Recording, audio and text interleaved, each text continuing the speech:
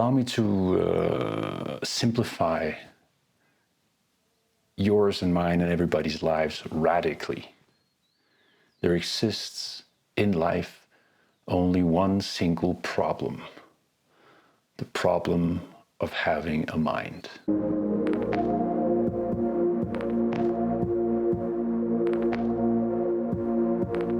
In a way, if you look at it, the problem of having a mind is basically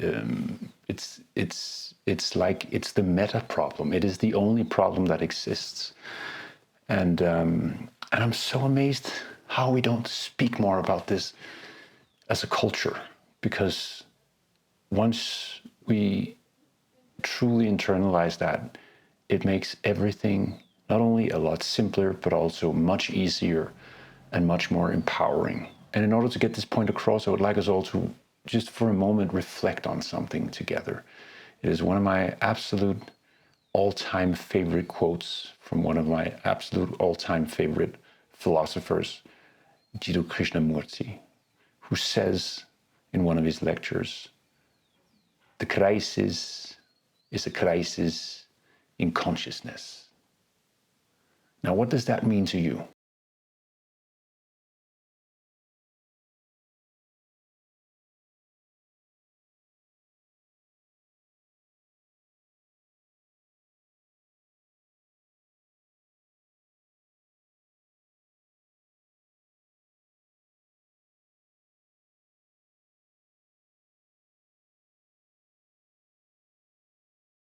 To me, what it implies is, and this is true, like you could either read it as a statement that applies to the geopolitical situation of the world, or to each of us as individuals. But what it implies to me, what it means to me, is that whenever we look at the world, we see the problems of as something out there, right? Something that assails us from the outside. But at the same time, we know that's not true, right? We know that we are creating all of the problems. And even if you're talking about, if we just park the individual for a moment and think about the geopolitical situation, even like the overfishing of the oceans and the destruction of habitats and the loss of biodiversity, while an argument, of course, can be made that those problems are out there in the world, really what creates them is human thought, human actions, and human actions derive from human thoughts and human emotions, human mental states. Like everything comes from the inside. It might be it might be external expressions, but it is external expressions of something internal, right? Like typically when I look at the world, I just see trauma on a grand scale, like ignorance and trauma playing itself out.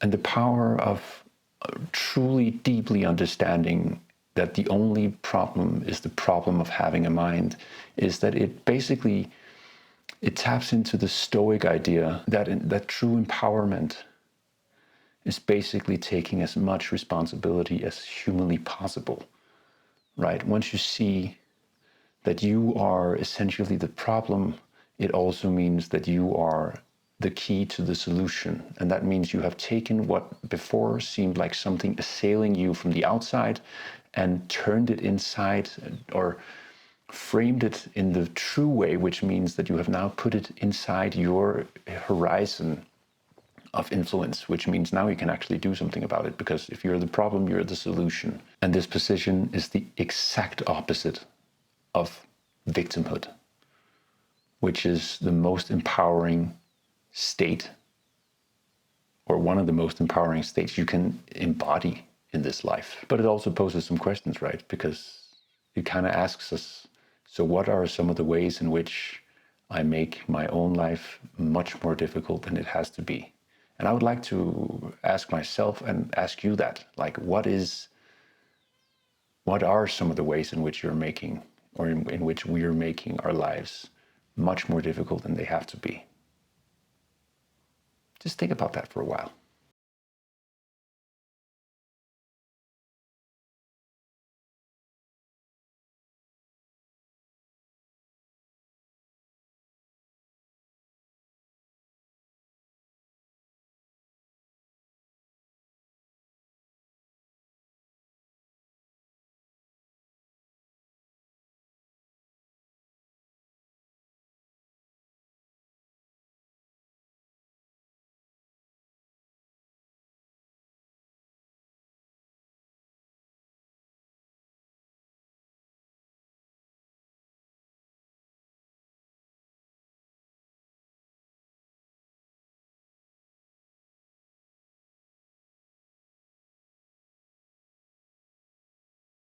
Yeah.